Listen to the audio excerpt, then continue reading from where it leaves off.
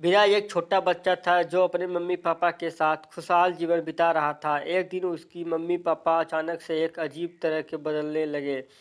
ये ना तो सामान्य देखते थे और ना ही उनकी आवाज़ वही थी जो पहले हुआ करती थी।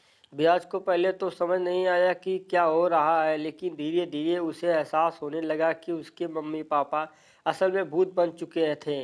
वे उसे डराने के लिए अजीब आवाज़ें निकालते और कभी-कभी घर के बिना आवाज़ के इधर-उधर घूमते। एक दिन विराज ने देखा कि वे अपने पुराने कपड़े पहनकर जैसे कुछ छुपाने की कोशिश कर रहे थे। जब उसने अपनी मम्मी से पूछा तो उसकी मम्मी की आंखों में अजीब सी चमक थी जो उसने पहले कभी नहीं देखी थी।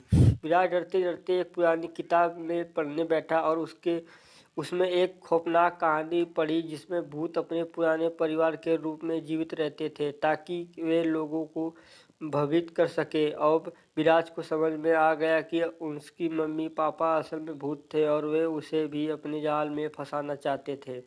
लेकिन एक रात जब वह अकेला था, उसने मम्मी पापा से अपने डर को बाहर निकालने के लिए एक तरकीब अपनाई। उसने कमरे में शांति से दीपक जलाया और बिना किसी डर के उन्हें अपने असली रूप में देखने की कोशिश की।